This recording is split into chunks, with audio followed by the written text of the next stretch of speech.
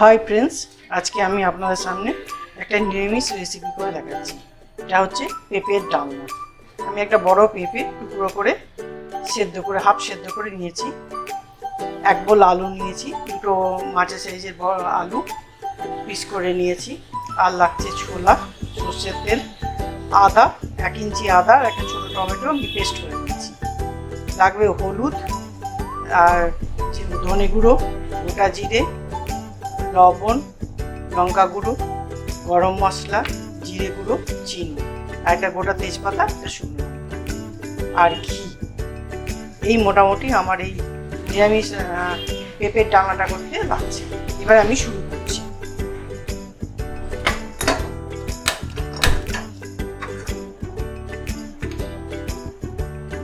প্রথমে কড়াইটা আমি ভালো করে গরম হতে দিব।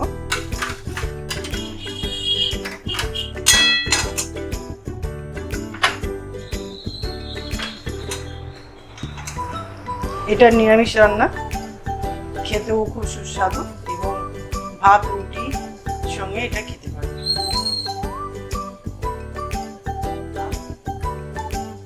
এবার আমি আলুটা ভাজার মতো কিছুটা তেল,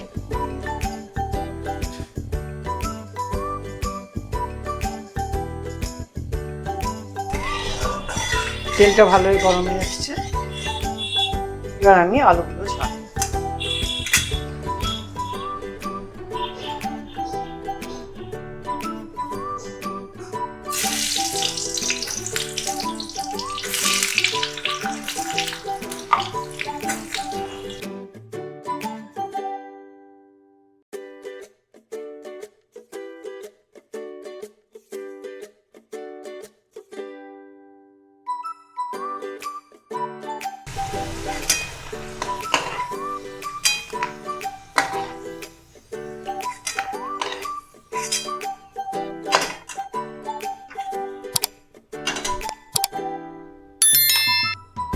এবার বাকি যে তেলটা রইল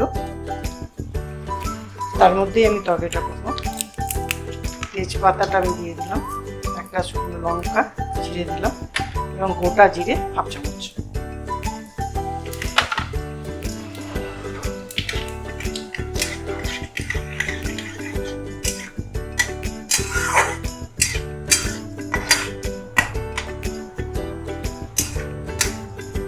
আপনারা চাইলে পেঁপেটা ভেজে নিতে পারেন, কিন্তু আমি ভাজিনি, আমি একদম মশলা দিয়ে পেঁপেটা কষবো।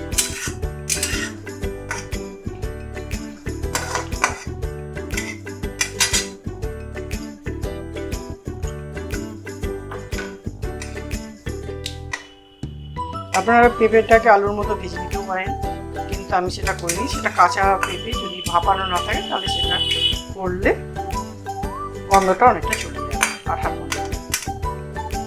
আমি আঠার গন্ধটার জন্য একটু ভাত নিয়েছি, একটু হাফ বয়েল করেছি। এবার 2 চামচ আমি আদা আর টমেটো একসঙ্গে পেস্ট করেছি, সেটা 2 চামচ দিয়ে দেবো।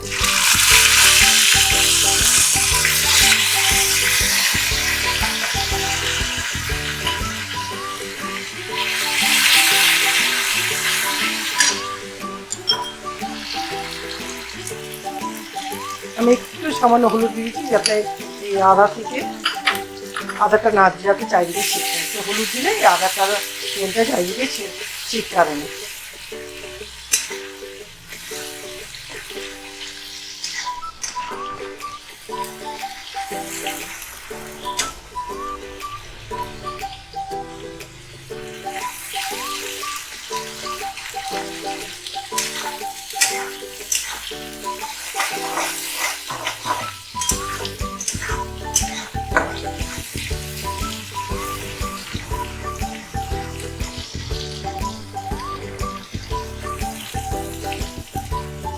এবার গ্যাসটাকে সিম করে দেবো, দিয়ে আমি এতে 1 চামচ ধনে গুঁড়ো, 1 চামচ জিরে গুঁড়ো,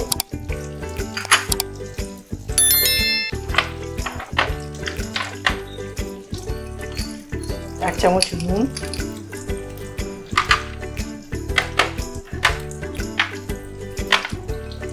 হাফ চামচ লঙ্কা, আপনারা লঙ্কাটা ইচ্ছা হলে দিতেও পারেন, না দিতেও পারেন, কারণ ঝাল যদি খুব কম খান তাহলে আদার ঝালটাই হয়ে যাবে।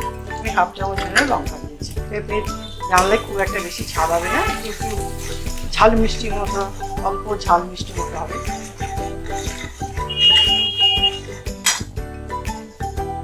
এবার আমি 1 চামচ হলুদ গুঁড়ো পুরোটাই, আগে একটুখানি আমি দিয়েছিলাম আপনি এর জন্য তেলটা যাতে না ছিটে। এরপরে চিনি, 2 চামচ চিনি আমি দিয়ে দেব।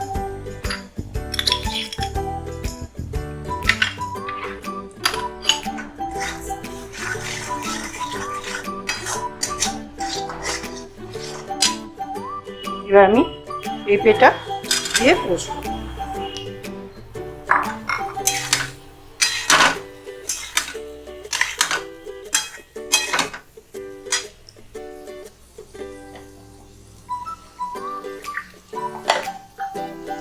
একটু সামান্য জল দেবো যাতে মশলাটা না হয়ে যায়। পেঁপেটাকে আগে থেকে কেটে নিয়ে একটু জলে ভিজিয়ে হাফ সেদ্ধ করে নিলে পেঁপের যে আঠার একটা গন্ধ থাকে সেটা চলে যায়। আপনি এমনি পেঁপের সেদ্ধ না করেও করতে পারেন, কিন্তু তাতে একটা আঠার গন্ধ, পেঁপের যে আঠার গন্ধ সেটা থেকে যায়, তাতে তরকারিটা স্বাদে একটু অন্যরকম লাগে। সেই জন্য ওই আঠার গন্ধটা যাতে না লাগে তার জন্য আমি পেঁপেটাকে একটু গরম জলে ফুটিয়ে বাটিয়ে নিয়েছি।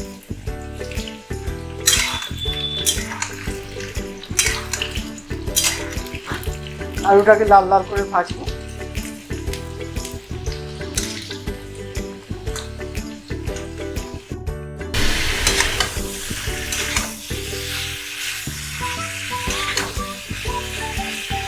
এবার আমি আলু দিয়ে রেখেছিলাম,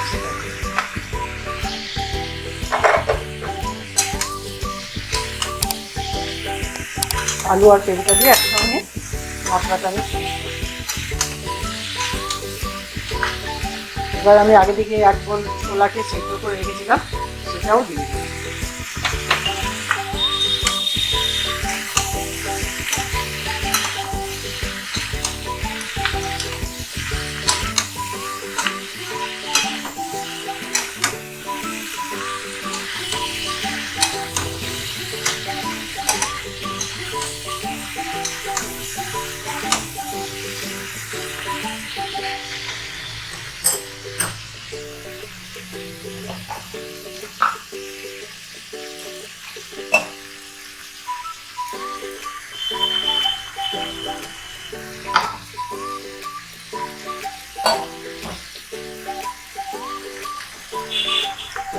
এই মিক্সিতে যে মিক্সিতে আদা আর টমেটো বেটে রেখেছিলাম সেই মিক্সি ধোয়া জলটা আমি 2 বাটি দিই।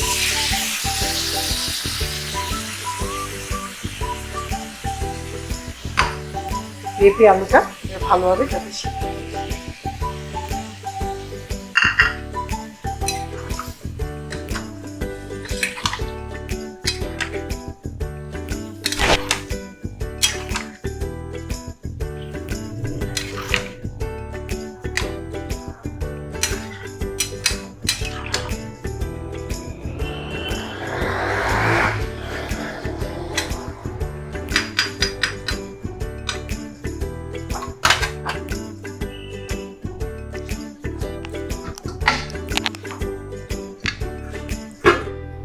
5 মিনিটের জন্য চাপা দিই।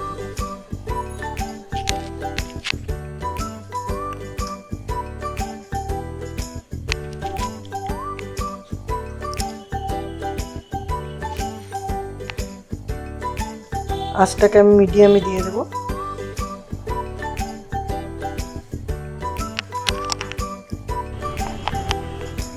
আমি একবার মাঝে খুলে এটাকে একটু উপনিচ করে যাতে ভালোভাবে উপনিচভাবে সেদ্ধ হয়।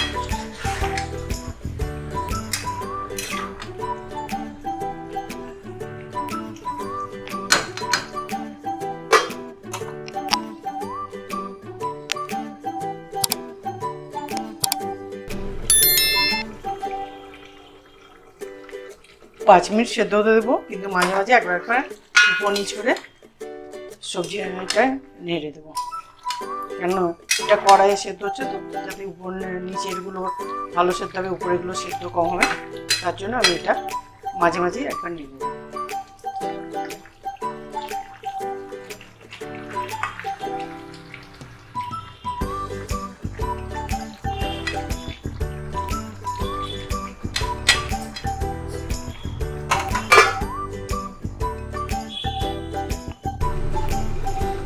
5 মিনিট হয়ে গেছে। এবার আমি ঢাকনাটা খুলে দেখবো যে কিরকম সেদ্ধ।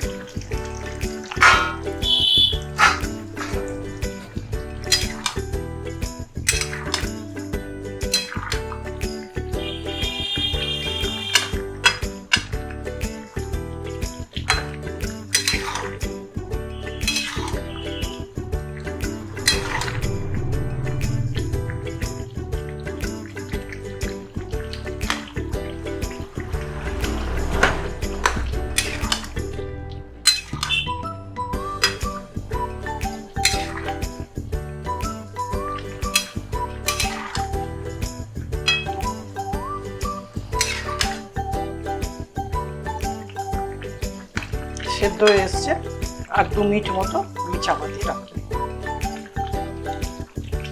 যেটা এটা আরো ভালোভাবে নরম হয়ে যায়।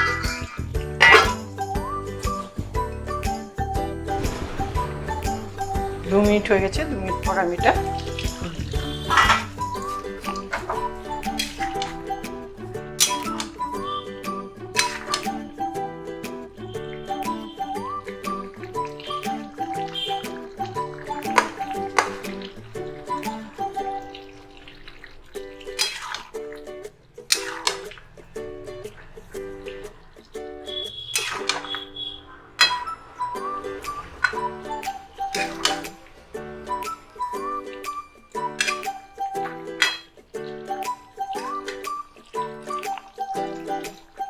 আমি এতে 1 চামচ আটা দিচ্ছি, আটার গুঁড়ো, যাতে ঝোলটা বেশ ভালোভাবে মাখা মাখা হয়।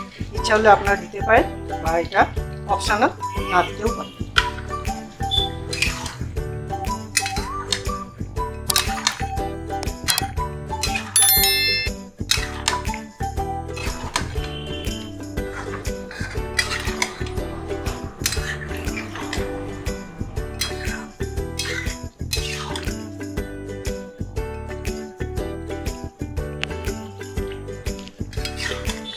এটা দিয়ে আর একটু কিছুক্ষণ আমি ফুটতে দেবো, যাতে আটাটা ভালোভাবে চারিদিকে গ্রেভির সঙ্গে মিশে যায় এবং মাখো মাখো হয়েছে।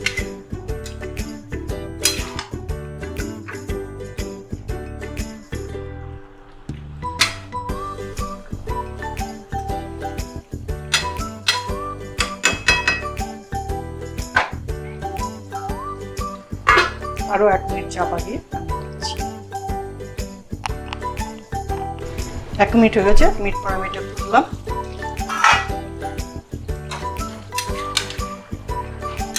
দেখুন আমার পেঁপের ডালনা তৈরি হয়ে গেছে।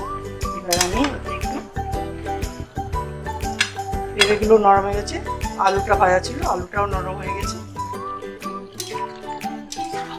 পেঁপেটা যদি খুব গলে যায় তাহলে ভালো লাগবে না, ওই জন্য পেঁপেটা যাতে গোটা গোটা থাকে এবং সেদ্ধ হয়ে যায় এবং গোটা গোটা থাকে, সেইভাবেই আমাদের সেই নামাতে।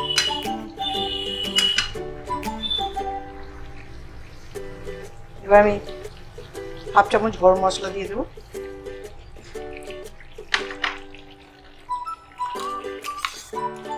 নিরামিষ তরকারি এতে একটু ঘি গরম মশলা দিলে ভালো লাগে খেতে। 1 চামচ ঘি দিয়ে দিলাম।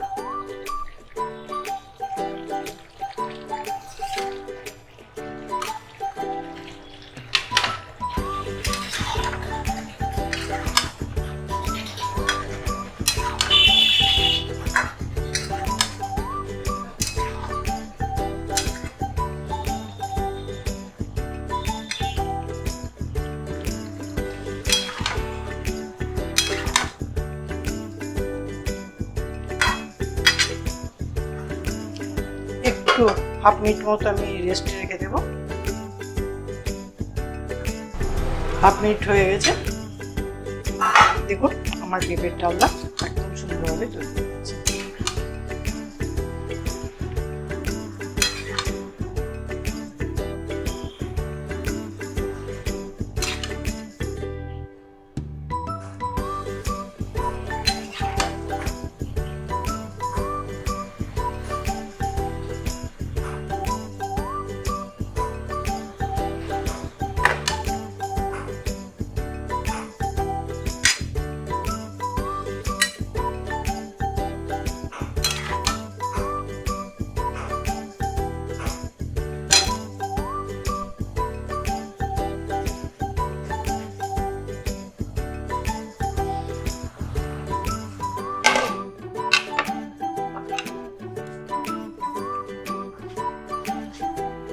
আমার পেঁপের ডালনা একদম